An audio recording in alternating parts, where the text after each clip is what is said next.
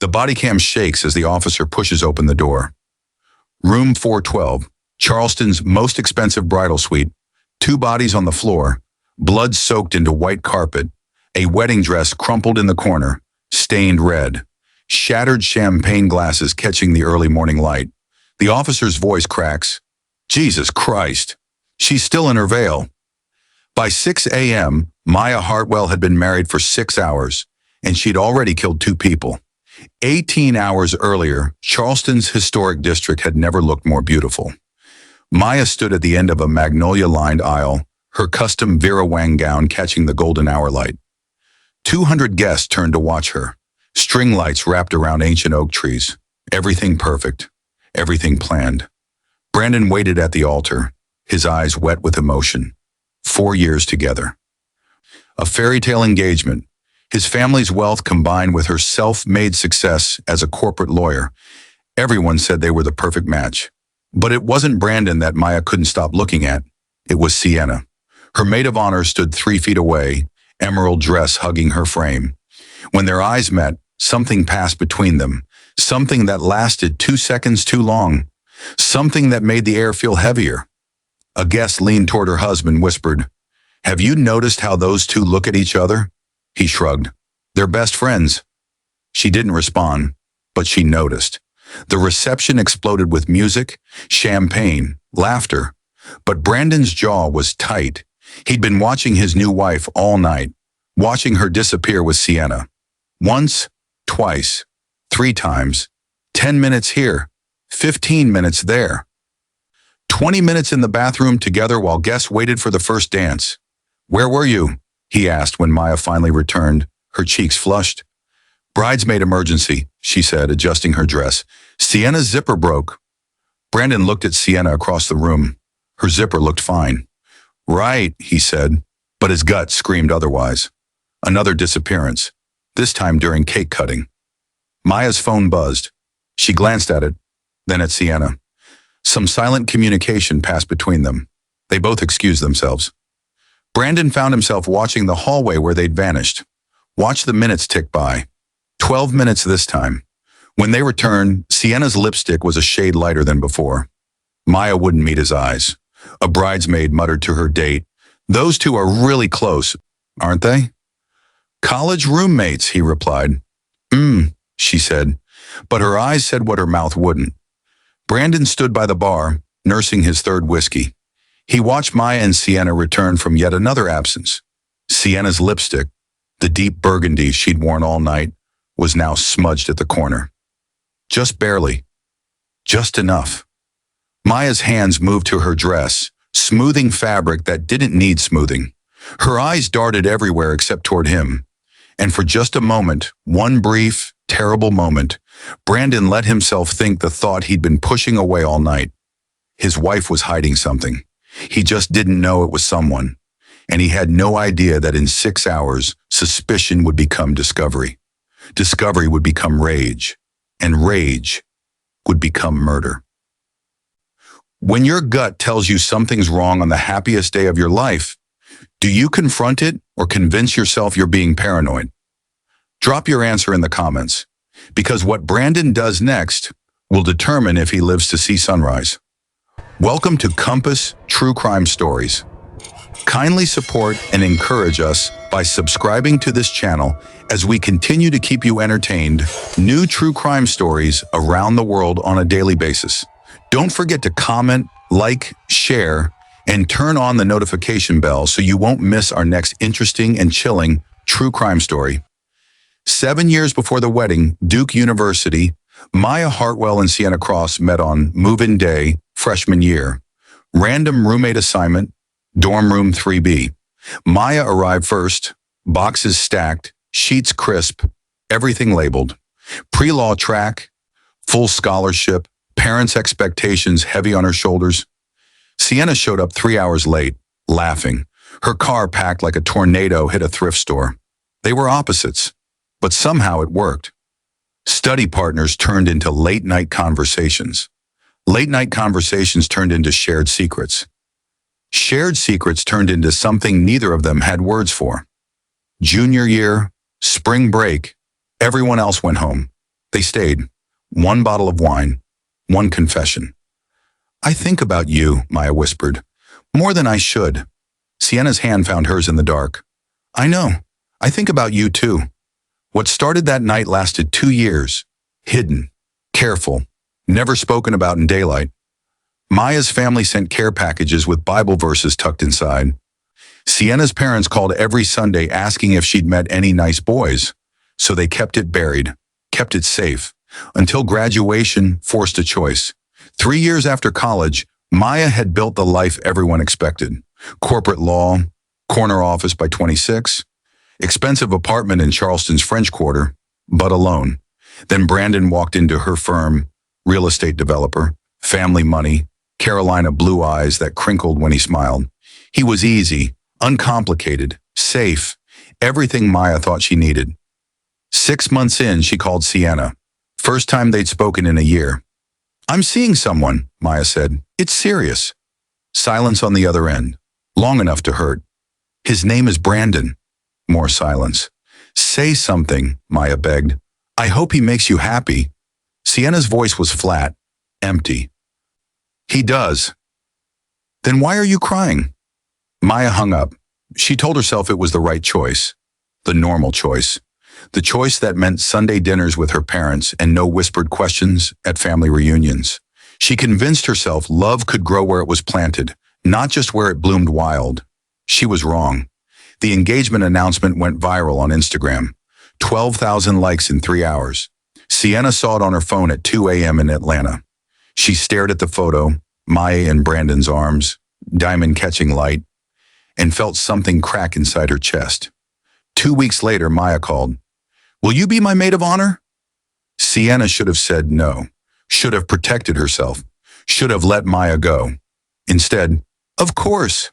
They met for the first dress fitting, 3 years since they'd been in the same room. The bridal boutique was empty except for them and the attendant. Maya stepped out of the dressing room in white silk.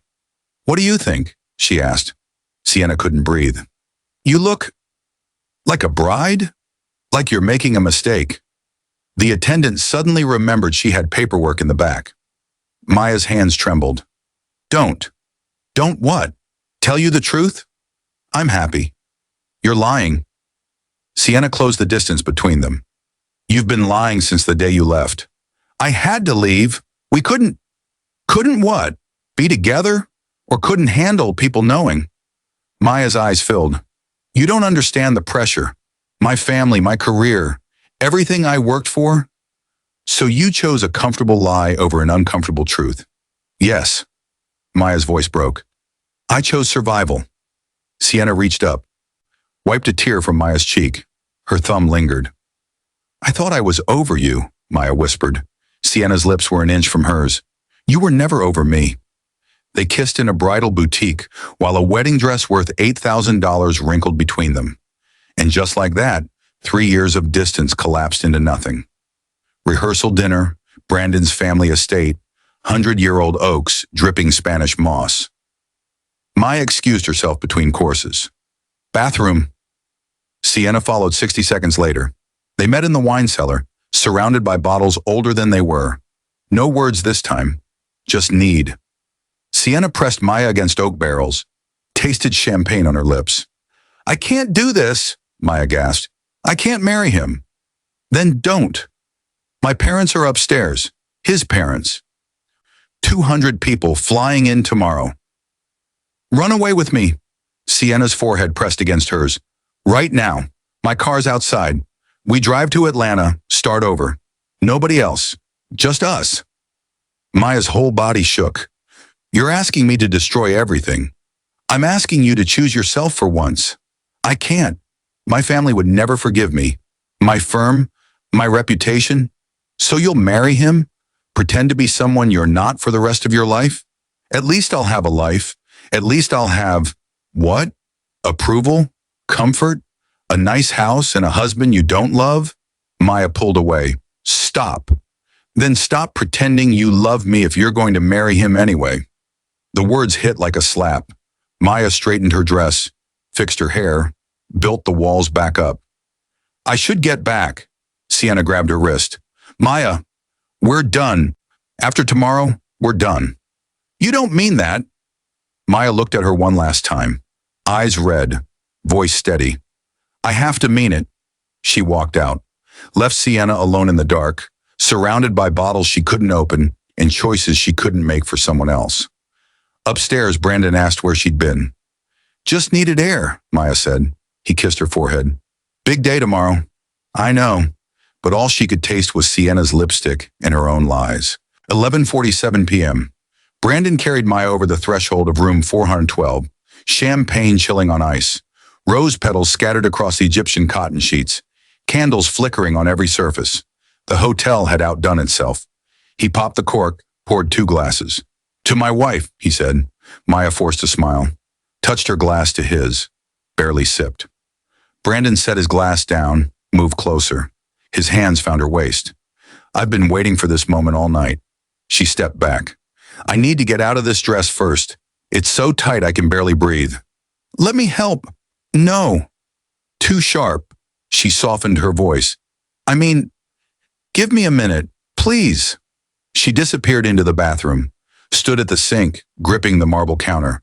Her reflection stared back. Perfect makeup, perfect hair, perfect bride. All of it a lie. Her phone buzzed. Sienna. Room 415. I can't sleep. Maya's thumb hovered over the keyboard. She should ignore it. Should delete the message. Should be the wife Brandon deserved. Instead, she typed, me neither. 3 dots appeared. Disappeared. Appeared again. Sienna, come see me. Maya deleted the message thread, put her phone face down. When she came out, Brandon was already in bed, propped against pillows. You okay? He asked. Exhausted. Today was a lot. Come here. She climbed in beside him, still in her slip. He reached for her.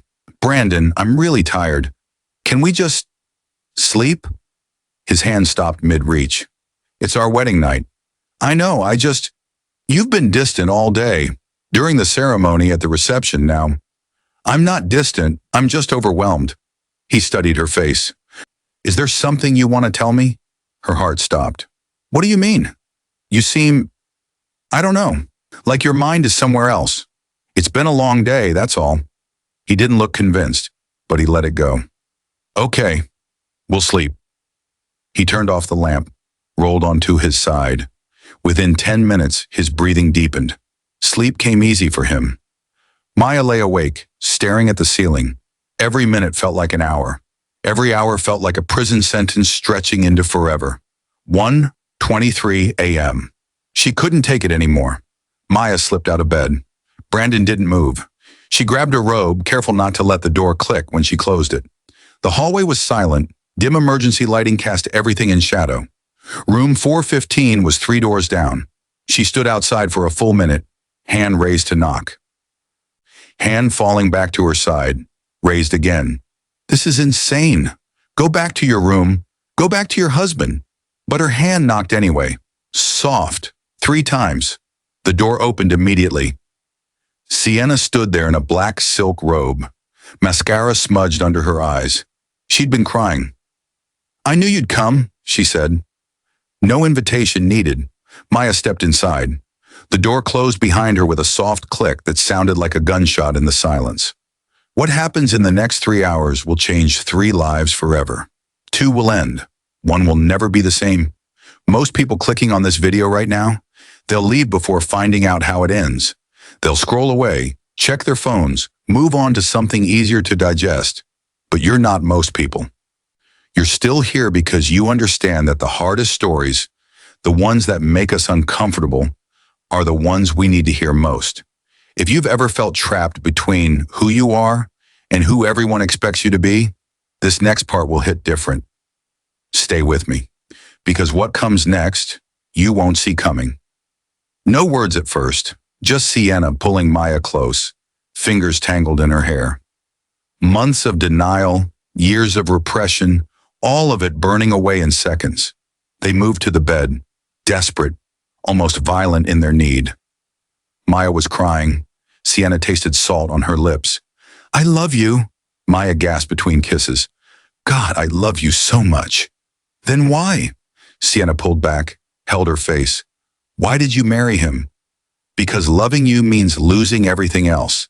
My family, my job, my entire life. So you chose them over me. I chose survival over happiness. There's a difference. Sienna's laugh was bitter. Is there?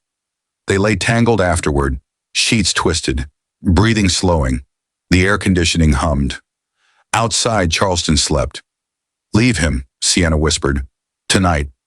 We'll drive to Atlanta. I have savings. We'll figure it out. You're asking me to blow up my entire life. I'm asking you to start living it. Maya sat up, pulled the sheet around herself. It's not that simple. It is that simple. You just won't do it. My parents would disown me. My firm would.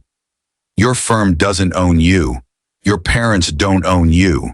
He doesn't own you. But they're my life. No, Maya. They're your excuse. The words hung between them, true and terrible. Maya stood, started gathering her clothes. I should go back. Of course you should. Sienna's voice was flat. Done. Run back to your comfortable cage. Don't do that. Do what? Tell the truth? That's my job tonight, apparently, since you won't. Maya pulled on her robe. I didn't come here to fight. No, you came here to fuck me and then leave. Again.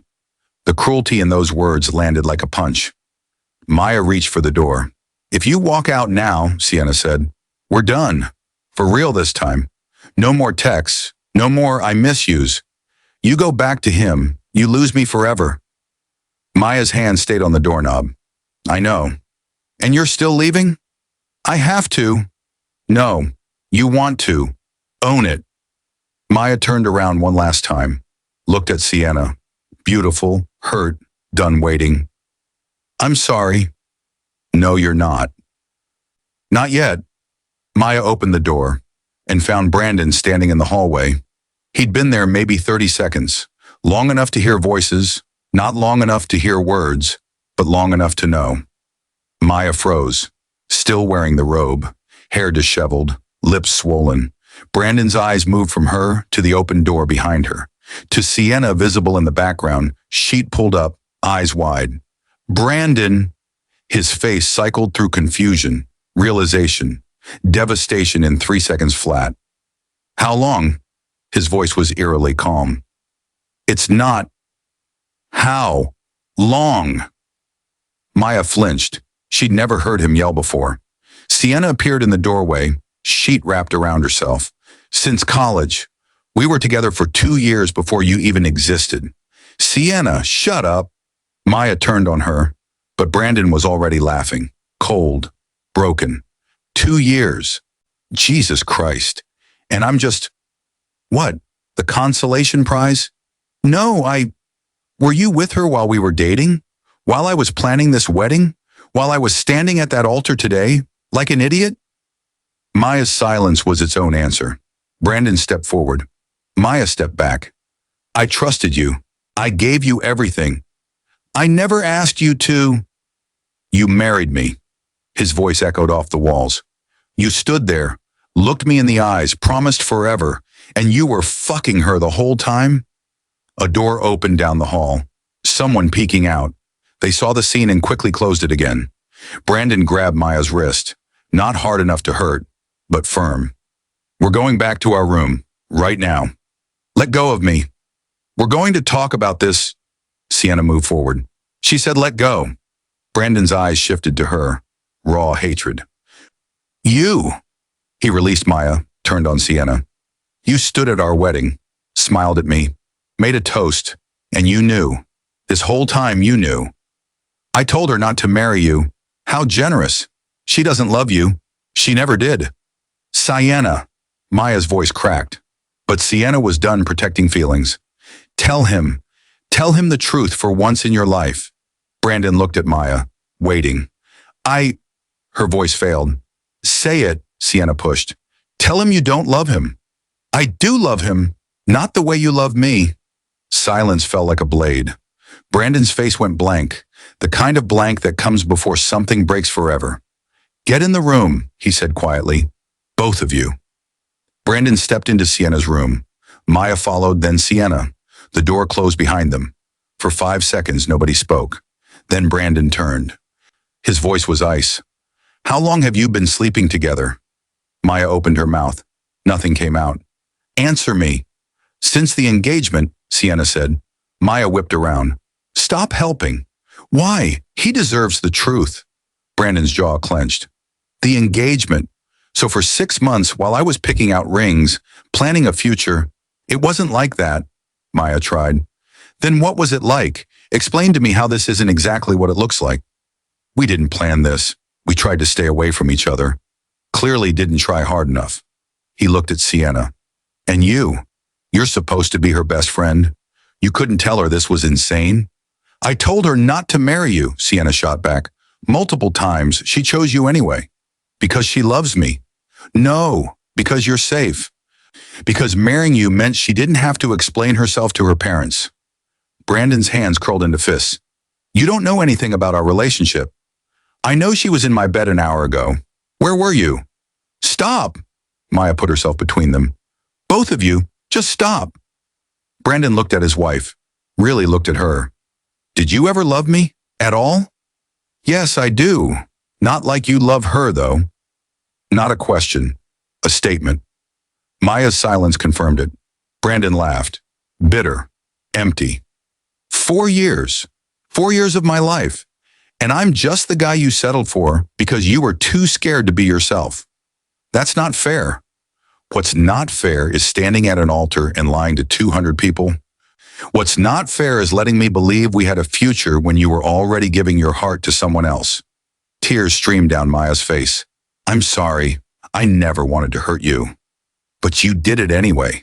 Every day. Every time you kissed me. Every time you said I love you. Every time was a lie. Not every time. Enough. Brandon pulled his phone from his pocket. I'm done listening to excuses. Maya's stomach dropped. What are you doing? Calling my father, then yours, then everyone at that wedding. By morning, everyone will know exactly what you are. Brandon, please. You humiliated me. Now I'm returning the favor. Maya lunged for the phone. Please don't do this. Brandon held it out of reach. Give me one good reason. Because it will destroy everything. My career, my family. Should have thought about that before you cheated on me on our wedding night. I'll do anything. We can go to counseling. We can figure this out. Figure what out? How to make you attracted to me? How to compete with her? He gestured at Sienna. I can't win, Maya. I was never even in the race. Sienna stepped forward. She doesn't want to be married to you. Let her go. Brandon's eyes went dark. Let her go? She made vows. She signed papers. She took my name. She made a mistake. No, she made a choice. Now she gets to live with it. His finger hovered over his father's contact. Maya dropped to her knees. Please, I'm begging you. Don't make that call. Why should I protect you? You didn't protect me. Because you're a good person. Because you loved me once. I still love you. His voice cracked. That's the worst part. I'm standing here, looking at you, knowing what you did, and I still love you. The confession hung in the air. Sienna made a sound, disgust mixed with pity. Then you're a fool. Brandon's head snapped toward her. What did you say? You heard me.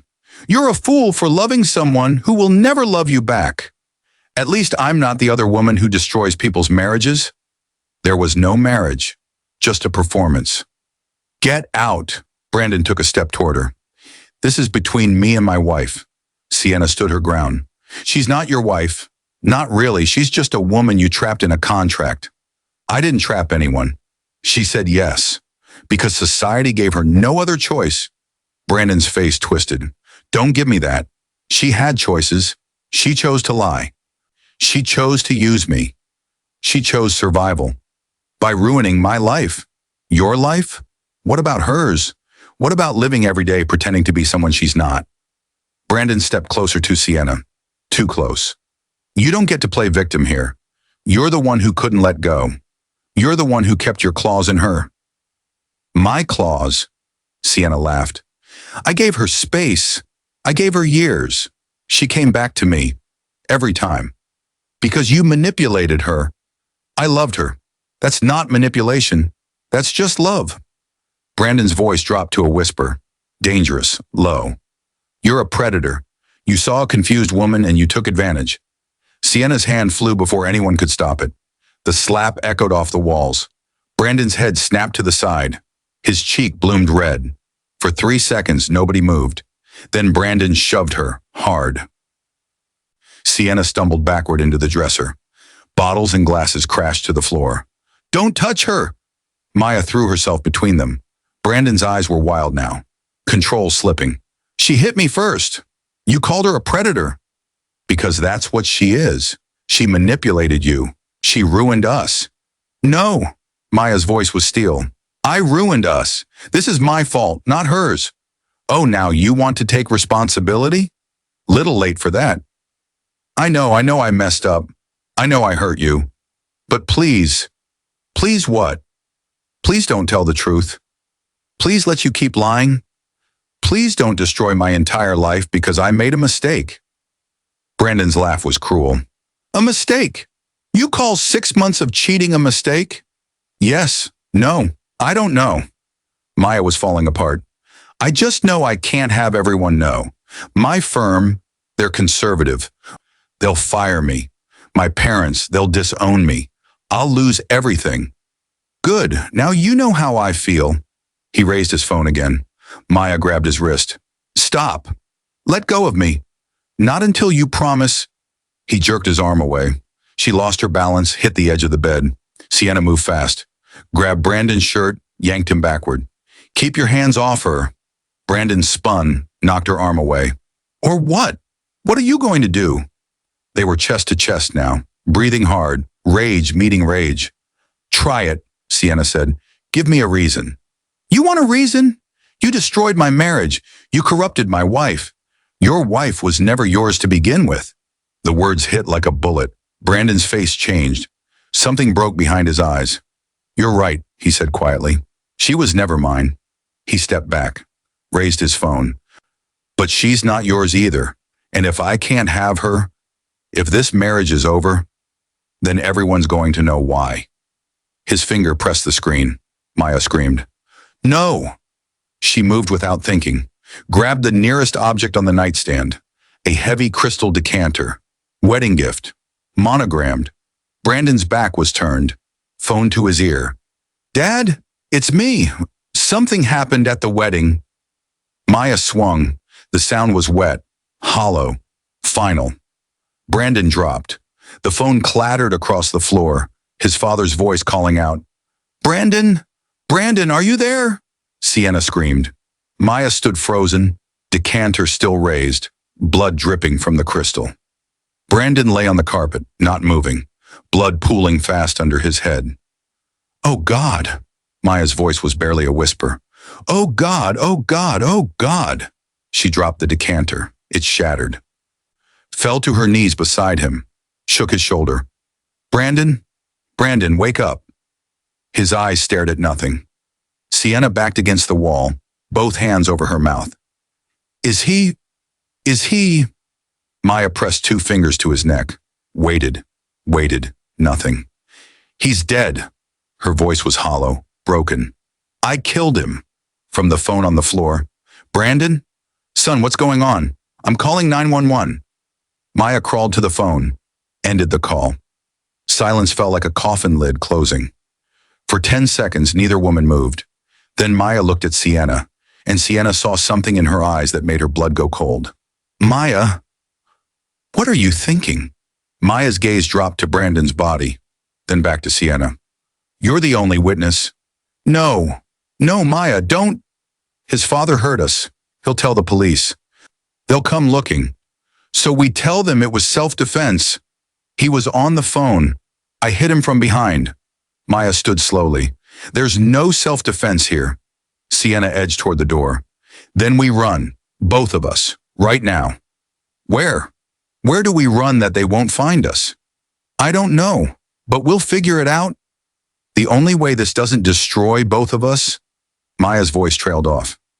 Sienna's hand found the door handle behind her. Say it. Say what you're thinking. Maya looked at the broken decanter, at the shards of crystal scattered across the floor. sharp, jagged, still covered in Brandon's blood. "I'm sorry," Maya whispered, and Sienna knew. She knew before Maya moved, before her hand reached for that shard. "Maya, please, I love you." "I know." Maya's eyes were empty, dead. "That's why this hurts." Sienna yanked the door handle, locked. Brandon had locked it when they came in. Sienna's back pressed against the locked door. Nowhere to go. Maya moved forward, one step, then another. "Don't do this." Sienna's voice shook. "This isn't you. You don't know what I am anymore." "Yes, I do. You're scared. You're panicking. But you're not a killer." "I already am." Maya glanced at Brandon's body. "One more won't change anything." "It changes everything. Brandon was an accident. This would be murder." Maya stopped 3 feet away. The crystal shard caught the light. Brandon's blood made it slick in her grip. "His father heard us fighting, heard my voice. When the police come, they'll ask questions. You'll have to answer." "I'll lie. I'll say I wasn't here. I'll say..." "You'll break. Under pressure, under questioning. You'll tell them everything." Maya's voice was flat, matter of fact. "You've never been good at lying." "Then we both confess. We tell them he attacked you first." "He didn't attack me. He was on the phone. I hit him from behind because I wanted him to stop talking." Sienna's eyes filled with tears. "So we get lawyers. Good ones. We fight this together." "There is no together anymore." Maya took another step. "There's only me, and what I have to do to survive." "This isn't survival. This is murder." "Same thing." Sienna's hand scrabbled at the door handle behind her. Pulled again. Still locked. "Maya, listen to me. I love you. I've loved you since we were 19 years old. Everything I've done, every choice I made, it was for you." "I know." "Then how can you..." "Because love isn't enough." Maya's voice cracked. It was never enough, and now it's too late. She lunged. Sienna dodged left. The shard sliced air where her throat had been. They crashed into the dresser. Perfume bottles shattered. Glass everywhere. Sienna grabbed Maya's wrist, trying to force the weapon away. "Help!" Sienna screamed. "Somebody help me!" Maya clamped her other hand over Sienna's mouth. They fell onto the bed, thrashing. Sienna bit down hard, tasted blood. Maya yelped, pulled back for just a second. Sienna scrambled toward the nightstand, reached for the phone. Maya grabbed her ankle, yanked her back. Sienna's chin hit the mattress, her teeth cut into her lip. "Please!" Sienna was crying now. "Please don't do this!" Maya climbed on top of her, pinned her down with her weight. "Close your eyes," Maya whispered. "It'll be easier if you close your eyes." "I won't. I want you to see me.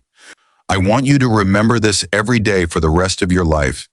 Their eyes locked, brown meeting green, years of love and secrets and stolen moments, all of it dying in real time. "I'm sorry," Maya said. The crystal found Sienna's throat. Once. Blood sprayed across white sheets, hot, arterial, twice. Sienna's scream turned to a gurgle. Her hands clawed at Maya's arms, desperate, weakening. 3 times. The light in her eyes dimmed, flickered, went out. Her last word came as a whisper, barely audible. "Loved you." Then nothing. Silence. Maya stayed on top of Sienna's body for a full minute, not moving, not breathing. Then she climbed off, stood, looked down at what she'd done. Sienna's eyes were open, accusing, empty. The bed looked like a slaughterhouse, red soaked into white, spreading, still spreading. Maya's hands were covered, her robe was covered, her face, her hair, everything was wet and warm and wrong. She turned, saw Brandon's body by the door, saw Sienna on the bed.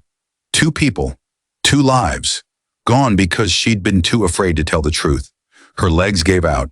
She collapsed on the floor between them, started laughing, high, sharp, broken. The laugh turned into a sob. The sob turned into a scream. She screamed until her throat was raw, until her voice gave out, until there was nothing left. Then quiet, just her breathing, just the air conditioning humming, just the sound of blood dripping onto carpet. She looked at her left hand. Her wedding ring caught the lamplight. Brandon's ring, given 6 hours ago with promises of forever. Forever had lasted until 2:47 a.m. Maya crawled to the bathroom, left bloody handprints on the doorframe, turned on the shower, stood under scalding water fully clothed, watched pink water swirl down the drain, watched it turn red, then pink again, then clear, but she could still feel it. The blood. Sienna's blood. Brandon's blood. It wouldn't wash off. It would never wash off. She stripped off the robe, left it in a soaked heap, caught her reflection in the mirror. Someone else stared back, a stranger with dead eyes and blood under her fingernails. "What did I do?" she whispered to her reflection. The reflection didn't answer. She turned off the water, dried herself mechanically, put on the hotel robe from the back of the door. White, clean. It wouldn't stay that way. Walked back into the room, forced herself to look. Brandon face down. Blood pooled around his head like a halo. Sienna face up, eyes open, throat destroyed. The two people who'd loved her most, dead by her hands. She sat on the floor between them, leaned her head back against the bed frame. "I'm sorry," she said to no one. "I'm so sorry." But sorry didn't bring them back. Sorry didn't undo the last hour. Sorry was just a word that meant nothing in a room full of death. Her phone buzzed. She left it on the dresser. She stood, walked over, looked at the screen. Brandon's dad. "Calling police. Something's wrong. Stay where you are." The message was from 20 minutes ago. They were coming. Maya had options. Not many, but some. She could run, take nothing, leave the hotel, disappear into Charleston streets before sunrise. She could clean, try to hide the bodies, make it look like something else, someone else. She could wait. Let them find her. Let them take her away. She picked up Sienna's phone, unlocked it. She knew the password. She'd always known. Deleted their text thread, every message, every photo, every piece of evidence that they'd been more than friends. Then Brandon's phone, deleted his call history, the last call to his father, the missed calls after. Futile. The phone company would have records. The hotel had cameras. Guests had heard screaming. There was no covering this up. She sat in the chair facing the door, still in the clean white robe, hands folded in her lap. Waited. Outside, sirens grew closer. Red and blue lights started flashing through the curtains. Maya didn't move, didn't cry, didn't pray. Just waited for the end. Because the end had been coming since the moment she'd said, "I do," to a man she didn't love. Since the moment she'd chosen comfort over truth. Since the moment she'd decided some secrets were worth keeping. She'd been wrong. Some secrets kill. Heavy footsteps in the hallway. Voices, radios crackling.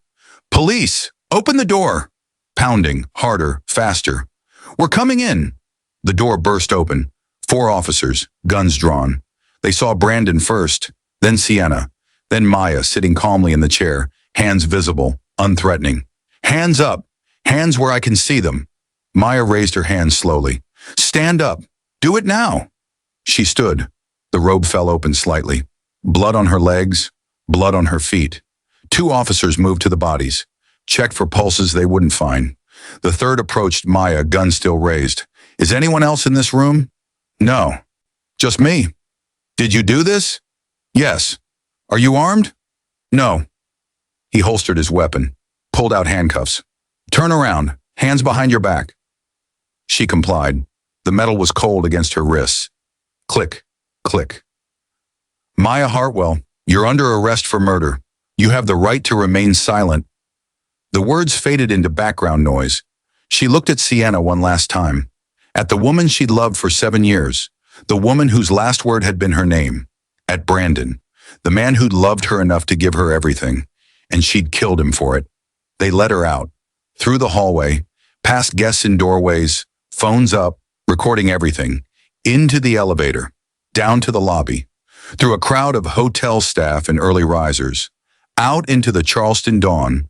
Pink sky. Birds singing. The world continuing like nothing had happened. But everything had happened. A bride had become a widow and a murderer in the same night. Love had turned to death. and there was no going back. Detective Maria Santos had seen a lot in 15 years with Charleston PD. Domestic violence, gang shootings, drug deals gone wrong, but she'd never seen anything like room 415. The medical examiner knelt beside Brandon's body. Single blow to the back of the skull. Heavy object. He died fast. Santos moved to the bed.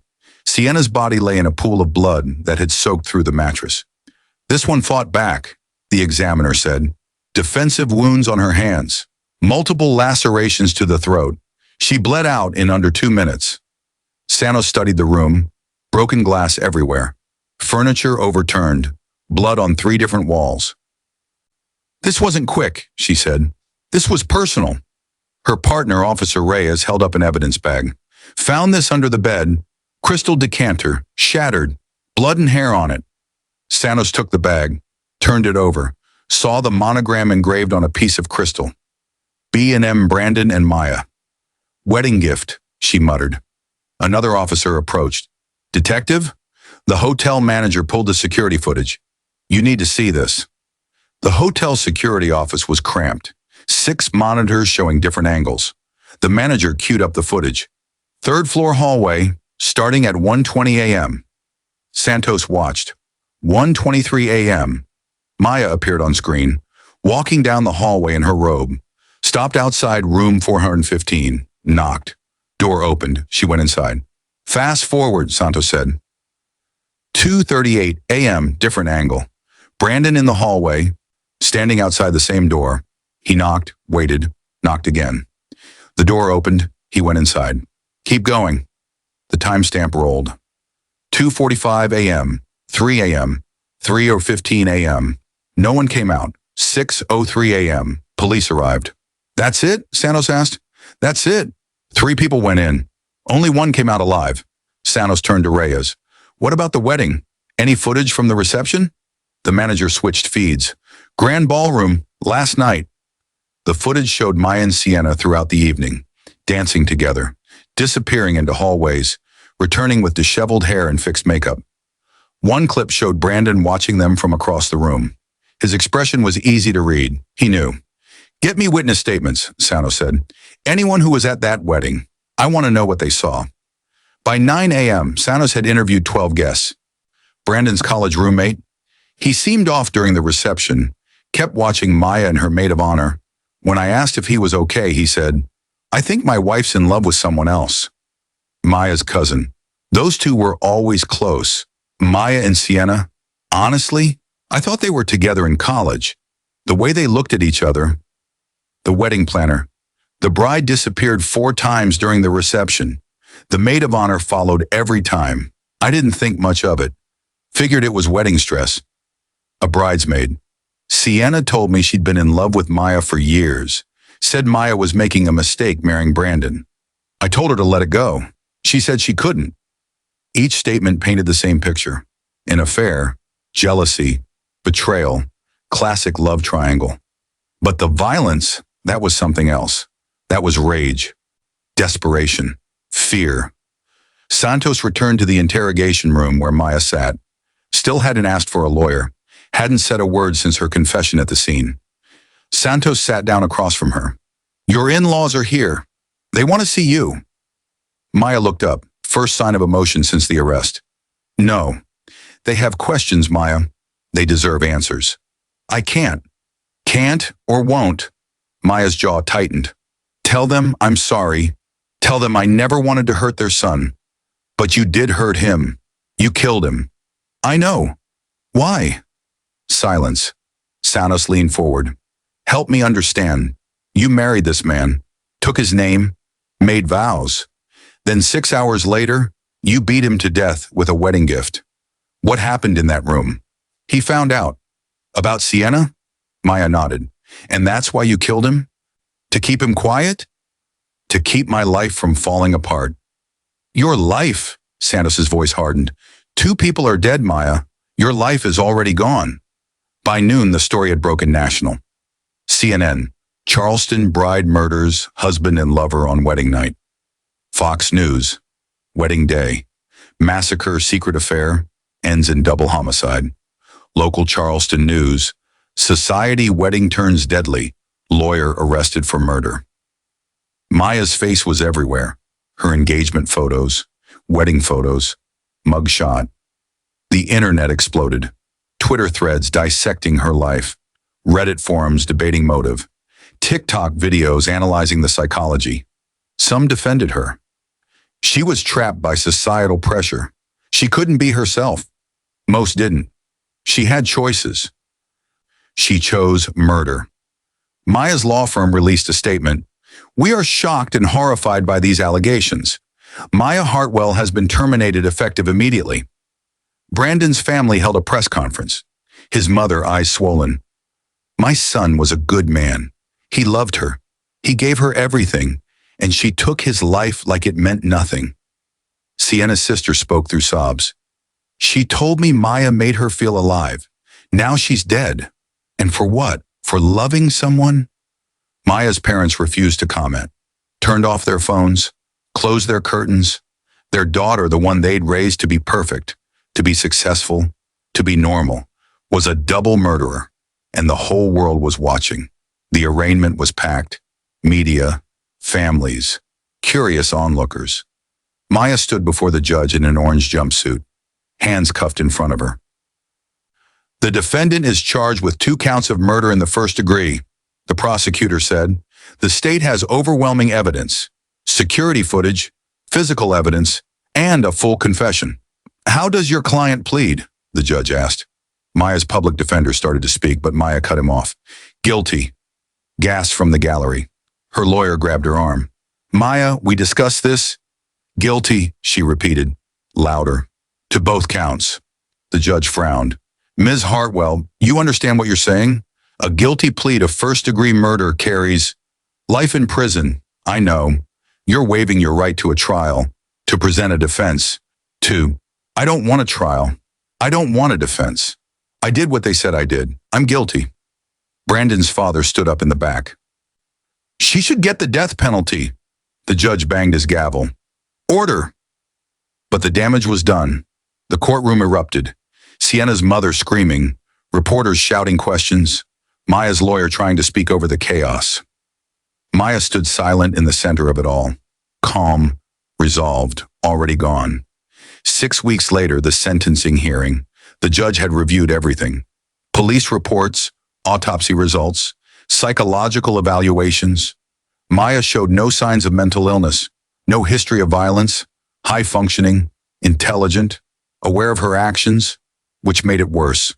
She knew exactly what she was doing, and she did it anyway. Ms. Hartwell, do you have anything to say before I impose sentence? Maya stood, looked at Brandon's family in the front row, then at Sienna's. I can't ask for forgiveness. What I did is unforgivable. I took 2 lives because I was afraid. Afraid of judgment, afraid of losing everything I'd built, afraid of being seen for who I really am. Her voice didn't shake, didn't break. Brandon was a good man. He deserved honesty. He deserved love. I gave him neither. And Sienna, her voice caught for just a second. Sienna deserved someone brave enough to choose her. I wasn't that person. She looked at the judge. I don't deserve mercy. I don't deserve a second chance. I deserve exactly what I did to them. To be locked away, to lose everything, to live with what I've done every single day for the rest of my life. The judge's face was stone. Maya Hartwell, you are hereby sentenced to 2 consecutive life sentences without the possibility of parole. You will serve this sentence at the South Carolina Women's Correctional Facility. You will never be eligible for release. The gavel came down. Final. Permanent. Over. 3 months into her sentence, a journalist requested an interview. Maya agreed. They sat across from each other in the visitor's room. Thick glass between them, phones to their ears. Why did you agree to talk to me? The journalist asked. Because people need to understand something. What's that? Maya leaned forward. I didn't kill them because I'm evil. I killed them because I spent my entire life trying to be someone I wasn't. And when the truth came out, I couldn't handle it. So I tried to bury it. Permanently. Do you regret it? Every second of every day. If you could go back, I'd tell the truth from the beginning. I'd never marry Brandon. I'd choose Sienna. I'd lose my family and my career and everything else. But they'd be alive, and that's worth more than anything I lost. The journalist paused. What do you want people to know? Maya looked directly into her eyes. That living a lie doesn't just hurt you, it hurts everyone around you, and sometimes it kills them. 5 years into her sentence, Maya received her first visitor in 3 years, Sienna's younger sister, Rachel. She'd requested the visit 6 times. Maya had denied it every time. This time, she said yes. They sat across from each other. Rachel's eyes were red before she even picked up the phone. Why did you finally agree to see me? Rachel asked. Because you deserve answers. I deserved answers 5 years ago. Maya nodded. You're right. Rachel's hands shook. My sister loved you. She would have done anything for you. She gave you everything. And you killed her. I know. That's it? Just, I know? What else can I say? Sorry doesn't bring her back. Explaining doesn't change what I did. Rachel wiped her eyes. I need to understand. How could you hurt someone you loved? Maya was quiet for a long moment. Because I loved myself more. My reputation, my comfort, my safety. I chose all of that over her, over both of them. Did you ever actually love her? Yes, more than I've ever loved anyone. Then how? Love isn't enough when you're a coward, and I was the biggest coward of all. Rachel stood up. I hope you think about her every day. I hope you see her face when you close your eyes. I hope you never forget what you took from this world. I don't. I won't. I can't. Rachel hung up the phone, walked away without looking back. Maya sat there for another 10 minutes, phone still pressed to her ear, dial tone humming. Then she hung up too. The consequences didn't end with the sentencing. Brandon's parents divorced 2 years after his death. His father drank himself into an early grave. His mother moved to Oregon, couldn't stand looking at anything that reminded her of her son. Sienna's sister attempted to take her own life twice, spent 18 months in treatment, still took medication daily just to function. Maya's parents sold their house, left Charleston, changed their phone numbers. Her mother developed severe anxiety. Her father had a heart attack at 59. The hotel renovated room 415. New carpet, new furniture, new paint. But guests still requested different rooms. The staff still avoided it when they could. Because some stains don't wash out. Some ghosts don't leave. Maya's case became a flashpoint. Activists used it to talk about the pressure on LGBTQ individuals, about the cost of staying closeted, about society's role in tragedies like this. Others pushed back, pointed out that plenty of people struggle with identity without committing murder, that Maya had choices, that she chose violence. Both sides were right, and both sides were missing the point. This wasn't a story about sexual orientation. It wasn't about society or pressure or expectations. It was about what happens when you betray yourself so completely that truth becomes the enemy. When you bury parts of yourself so deep that when they surface as violence. Maya didn't kill Brandon and Sienna because she was gay. She killed them because she spent her entire life building a castle of lies. And when those lies started to crumble, she chose to bury the truth in blood rather than face it in daylight. The weapon wasn't the crystal decanter, it was cowardice. Present day, Maya Hartwell is 33 years old. She'll die in prison, no parole, no second chances, no redemption arc, just decades of beige walls and fluorescent lights and the same 400 square feet for the rest of her life. She works in the prison library, keeps to herself, doesn't cause problems. At night, she lies on her bunk and thinks about the life she could have had. Not with Brandon, that was never real, but with Sienna, a small apartment in Atlanta, Sunday mornings drinking coffee, weeknight dinners, simple, quiet, free. She thinks about Sienna's last word. Loved you. Present tense. Even dying, even betrayed, Sienna loved her, and Maya had killed her for it. Some inmates find religion, some find purpose, some find peace. Maya found none of those things. She found only the weight of 2 lives she'd ended, 2 futures she'd destroyed, 2 families she'd shattered, and she carried that weight every single day, because that was the sentence that mattered, not the years, not the bars, not the isolation, the knowing. Knowing that she'd had every opportunity to choose differently, to be brave, to be honest, and she'd chosen murder instead. Before you do, I need you to answer one question. What are you hiding? Not from me, from yourself. What part of who you are have you buried so deep that you've convinced yourself it doesn't exist anymore? Maybe it's not about sexuality. Maybe it's about a dream you killed, a relationship you're staying in because leaving is too hard, a version of yourself you abandoned because being authentic felt too dangerous. Whatever it is, you feel it right now, don't you? That uncomfortable truth sitting in your chest. The thing you don't want to look at. Maya ignored that feeling for years. She pushed it down, covered it up, pretended it wasn't there, and it turned her into a killer. I'm not saying you're going to hurt someone, but I am saying this. Every day you live a lie, you lose a piece of yourself. And eventually there's nothing left but the performance. Subscribe to this channel, not for me, for you, as a commitment that you're going to start living like your truth matters, like your authentic self deserves to exist, like the people around you deserve to know the real you, not the version you think they want. Because the only thing more tragic than Maya's story is watching your own life pass by while pretending to be someone you're not. The choice is yours, but make it before it's too late. Love shouldn't be hidden, and truth shouldn't be deadly. Thank you for watching to the end, and see you in our next episode of Compass True Crime Stories. Stay safe.